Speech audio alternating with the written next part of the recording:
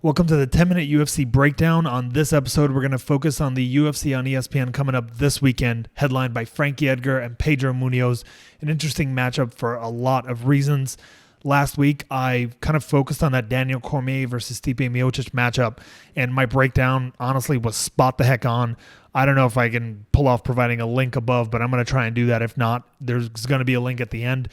I broke it down detail by detail. I did a really solid job and got every asset of it right. I picked Stipe Miocic.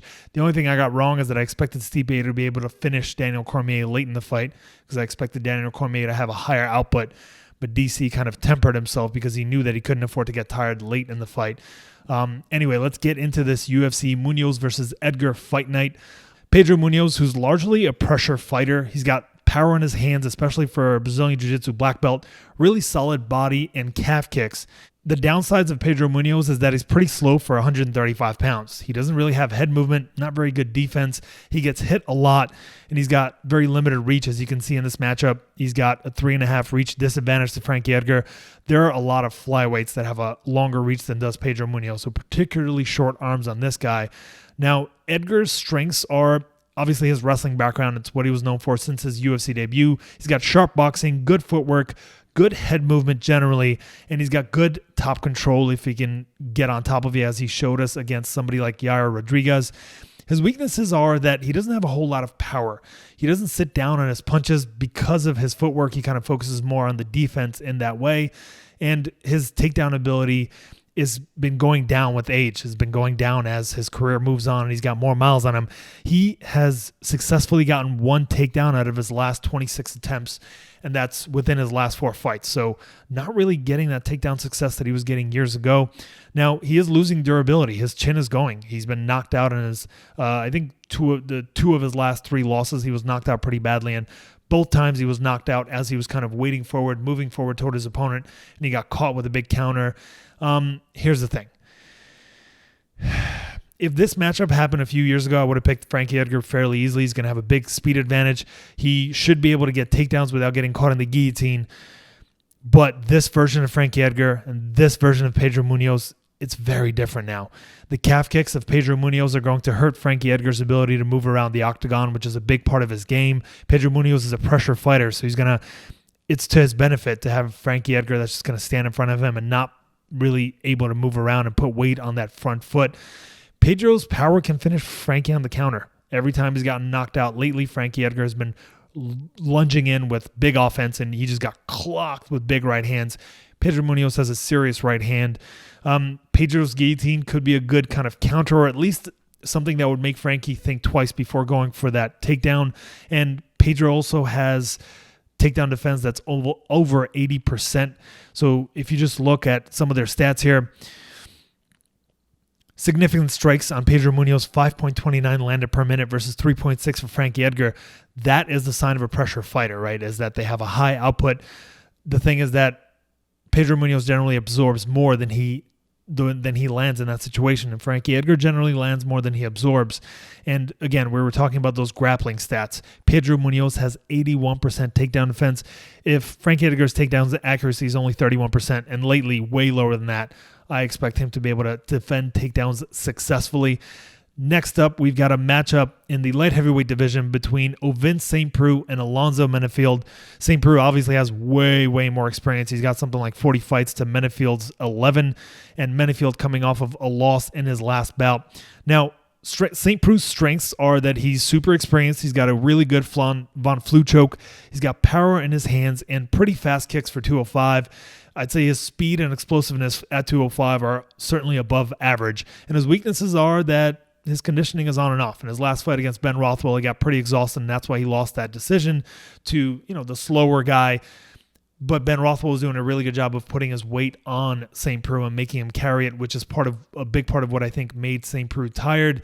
One of his weaknesses is that his fight IQ is just not great, right? Even though he has some craft to him, he has a mediocre camp. Nobody's ever really heard of it, and they haven't really come out with any other good fighters.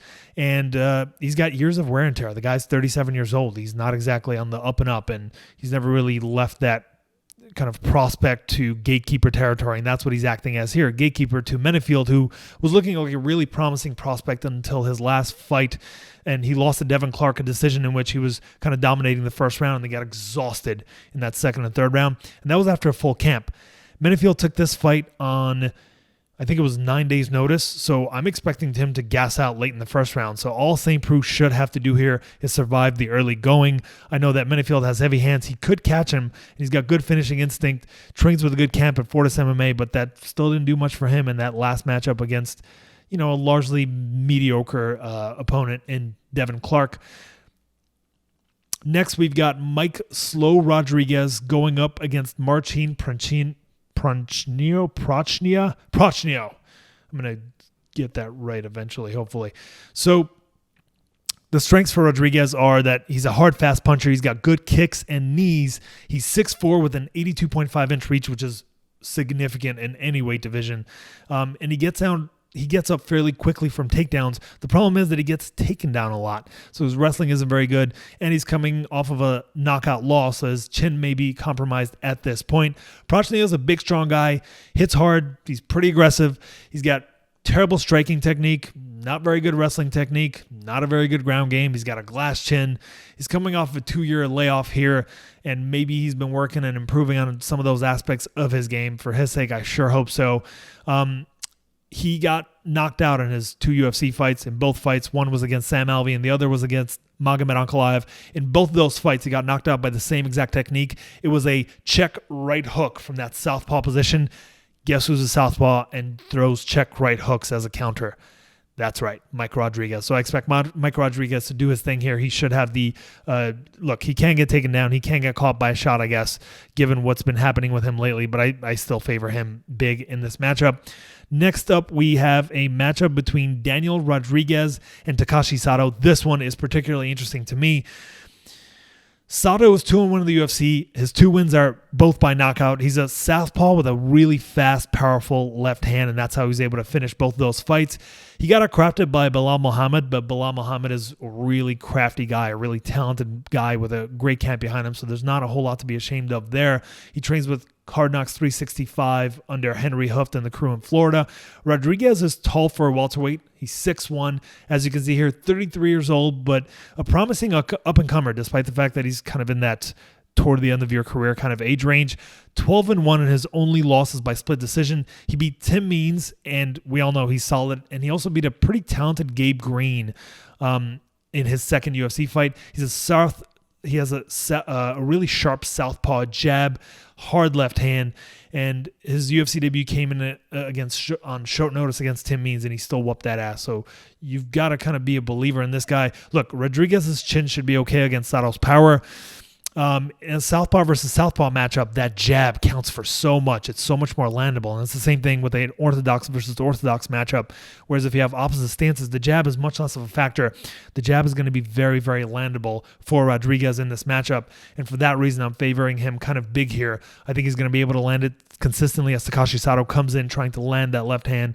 And after that, Daniel Rodriguez is going to be able to counter with his boxing combos. I think Rodriguez has the advantage when it comes to the boxing game. Anyhow, next we've got a matchup between Maria Agapova and Shayna Dobson. Agapova, by the way, a minus 1,000 favorite. Insane odds for somebody coming into her second UFC bout.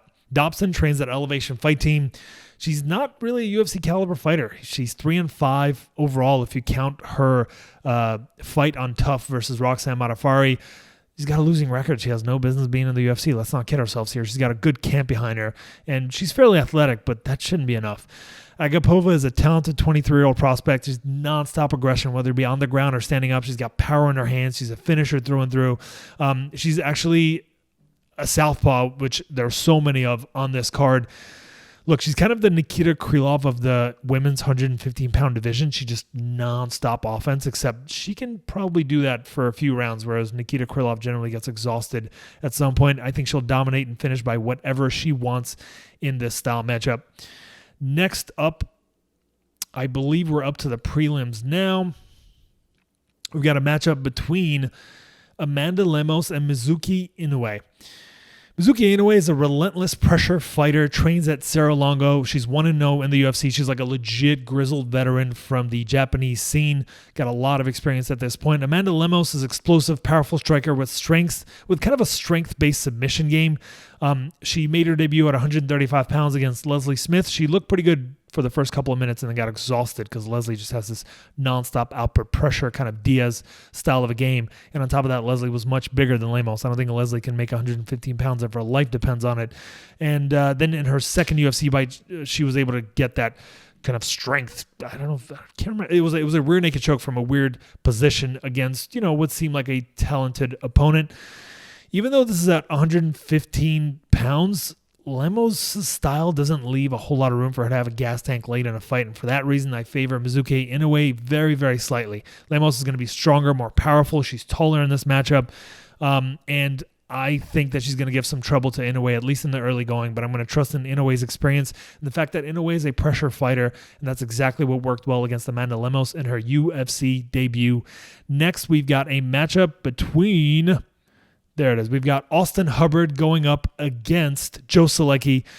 Hubbard is an experienced veteran. He's not very athletic, but he's crafty, and he's kind of a jack of all trades. I think he prefers to strike, but if he has an opponent in front of him that has a good striking game, he's going to take him down. If he has an opponent that has a good ground game, he's going to try to stand with them and hurt him that way. He trains at Elevation Fight Team, and he's kind of shown the cardio that comes from training at such a high-level team, but I don't know if he's that super talented. I think he's just like a really hard worker who has to work around the lack of athleticism. Solecki's a pressure grappler, has excellent jiu-jitsu, a good gas tank.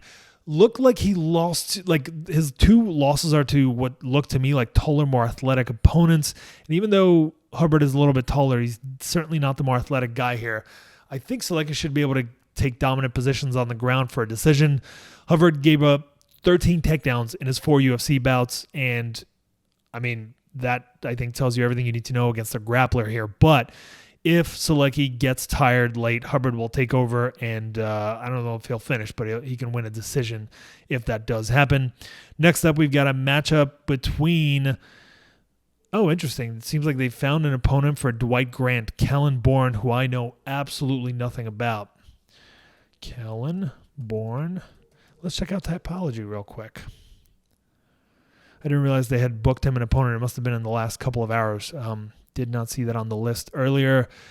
It looks like he's been fighting largely meddling level of competition, and obviously I'm not going to watch tape as I'm sitting here with you guys, but if you look at some of the records of the people he's faced, not very impressive. 2-2, 2-3, 10-5 was his best win. And then he lost to Austin Jones, who was 6-4. I mean, if we're just going based on that, I think Dwight Grant will probably be a pretty big favorite here. For that reason, I'm going to favor Dwight Grant. He's 2-1 in the UFC, trains an American top team, 35 years old actually, but kind of viewed as a prospect, which is interesting. Seems to be kind of an ongoing theme on this card. He doesn't have a lot of miles on him though, right? For a 35-year-old, he's got good fundamentals, uses lateral footwork and kicks to set up counter strikes with his hands, which is kind of a high-level pressure-ish game, but he's not always pressuring. I expect he should be able to do what he needs to do with Kellenborn here, who largely has lost to, beaten mediocre competition, is going to be at a huge height disadvantage here, 6'1 to 5'8, as you can tell. It looks like, he looks like he's more of a submission guy than anything else. I think he's going to have a hard time taking down Dwight Grant, who his takedown defense is, let's see, 83%. Yeah, it's not looking good just based on the stats. I haven't seen footage yet on Kellenborn, but I don't like his odds here. Next, we've got a matchup between Isaac Villanueva and Jordan Wright. This one's interesting. Jordan Wright took this fight on literally like 3 or 4 days' notice, just like yesterday or something like that. He's 10-0-1, coming up from middleweight here to make his UFC debut against a light heavyweight who Villanueva made his UFC debut at heavyweight against Chase Sherman and kind of got his ass whooped, and Chase Sherman is a mediocre fighter.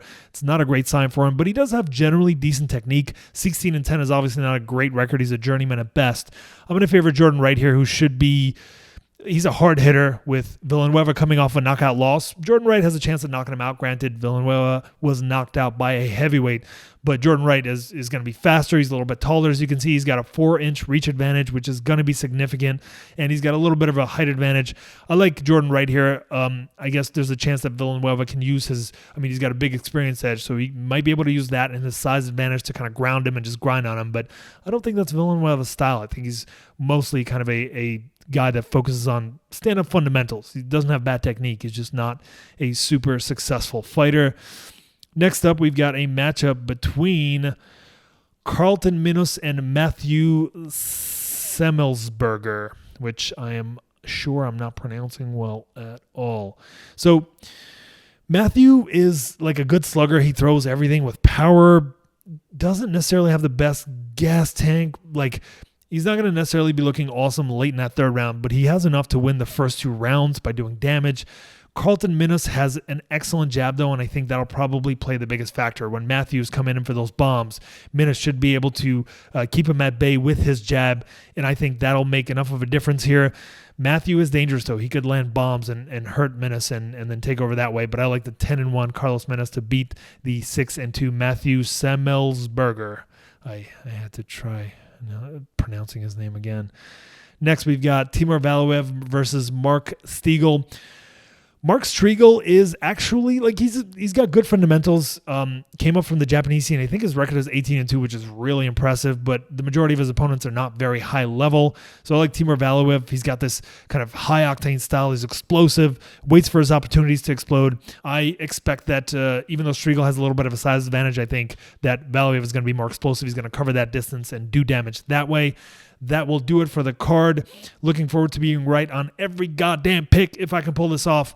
And don't forget to check out my Twitter, my Instagram, also my podcast, the MMA Geeks C-Level Podcast, which Nick Braccia, my partner, and my podcast partner, and I break down full events, react to last week's event. I'm going to attach a link in the description for you guys to check out. Thank you for watching. Looking forward to breaking down the following week's card for you guys.